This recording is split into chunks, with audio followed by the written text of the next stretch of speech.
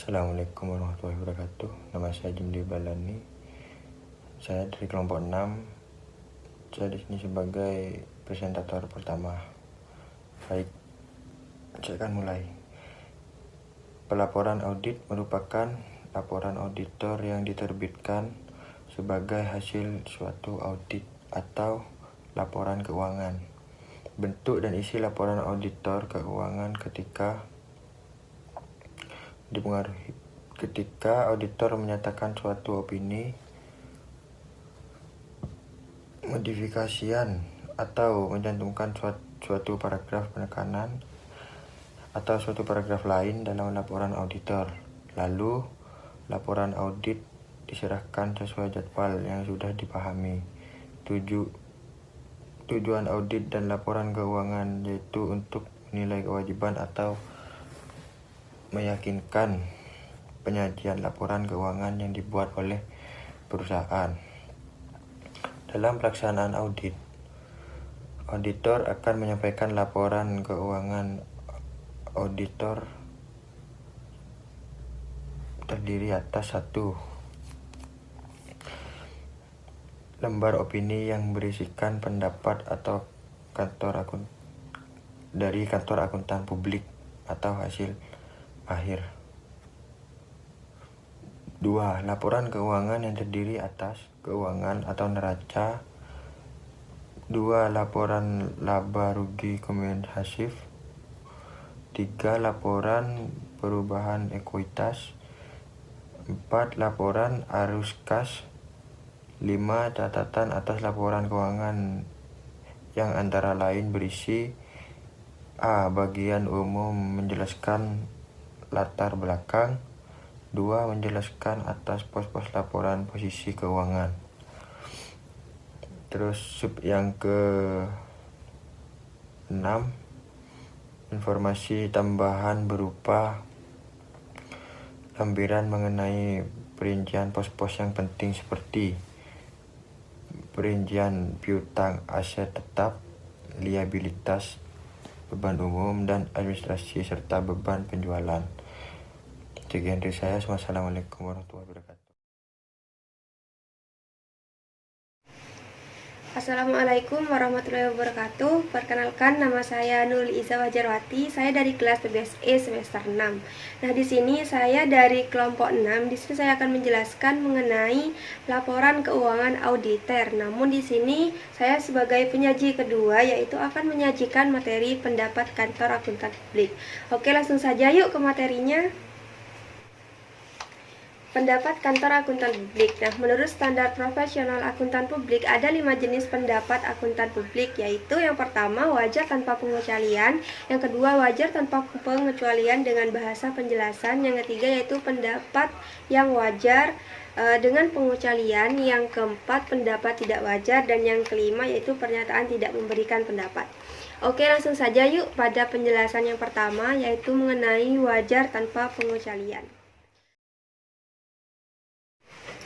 Oke, langsung saja yuk ke penjelasan yang pertama. Nah, yang pertama di sini ada wajar tanpa pengecualian, yang mana wajar tanpa pengecualian ini merupakan pendapat wajar tanpa pengecualian yang menyajikan bahwa laporan keuangan itu menyajikan secara wajar dalam semua hal yang material, posisi keuangan, hasil usaha, dan arus kas entitas tertentu sesuai dengan prinsip akuntansi umum yang ada di Indonesia. Oke, untuk pendapat yang kedua yaitu ada pendapat wajar tanpa pengecualian dengan bahasa penjelasan. Nah, pendapat wajar tanpa pengecualian dengan bahasa penjelasan ini merupakan suatu keadaan yang dilakukan apabila dari hasil pemeriksaan itu dinyatakan bahwa data yang dilaporkan perusahaan sesuai dengan lengkap, namun ada keterangan tambahan sebagai penjelas.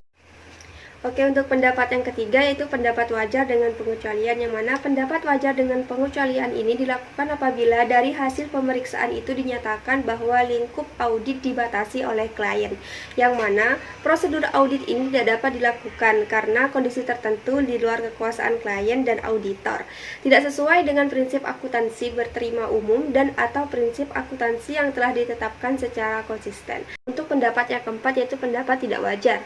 Yang mana pendapat tidak wajar ini menyatakan bahwa laporan keuangan tidak menyajikan secara wajar mengenai posisi keuangan, hasil usaha, dan arus kas entitas sesuai dengan prinsip akuntansi yang berlaku umum di Indonesia. Oke, untuk pendapat yang kelima yaitu pendapat wajar dengan pengecualian. Yang mana pendapat wajar dengan pengecualian ini merupakan pendapat yang apabila dari hasil pemeriksaannya itu dinyatakan bahwa telah terjadi pembatasan lingkup audit yang diakibatkan oleh luar klien atau auditor yang tidak independen terhadap klien dan auditor yang mengetahui adanya ketidakwajaran. Oke, sekian dari saya. Untuk materi pada poin ketiga akan dijelaskan oleh rekan saya. Wabillahi taufiq wal hidayah. Wassalamualaikum warahmatullahi wabarakatuh.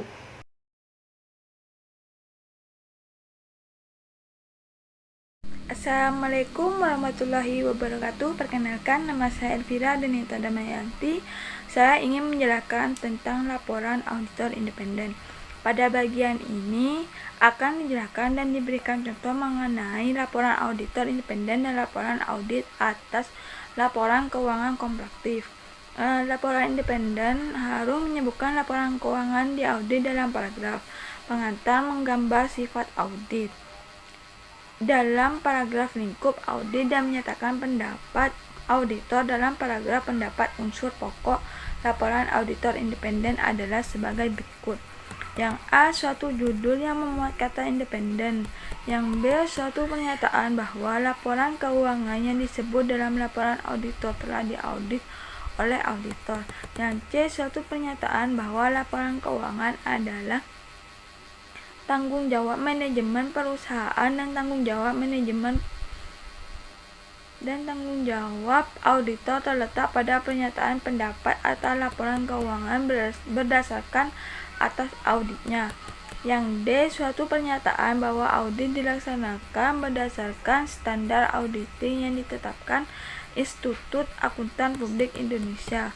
Yang E, suatu pernyataan bahwa standar auditing tersebut mengharuskan auditor merencanakan dan melaksanakan auditnya agar memperoleh keyakinan memadai bahwa laporan keuangan bebas dari salah saji material. Yang F, suatu pernyataan bahwa audit meliputi yang pertama, audit examination atau dasar pengujian bukti-bukti yang mendukung jumlah-jumlah dan mengungkapkan dalam laporan keuangan.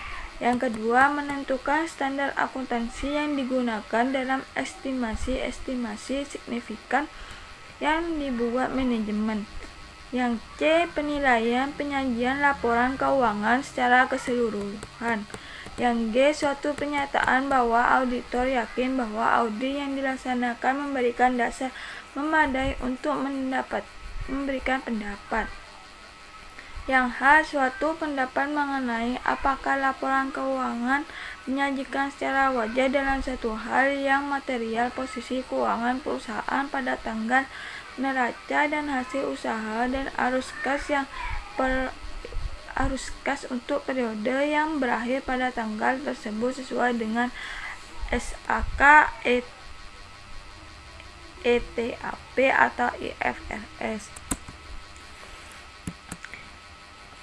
Yang I,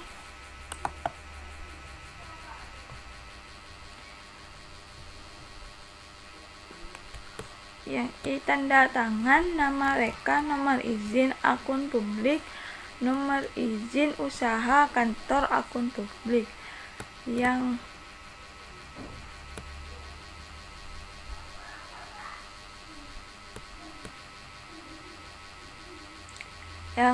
C, tanggal laporan auditor. Sekian dari saya. Wassalamualaikum warahmatullahi wabarakatuh.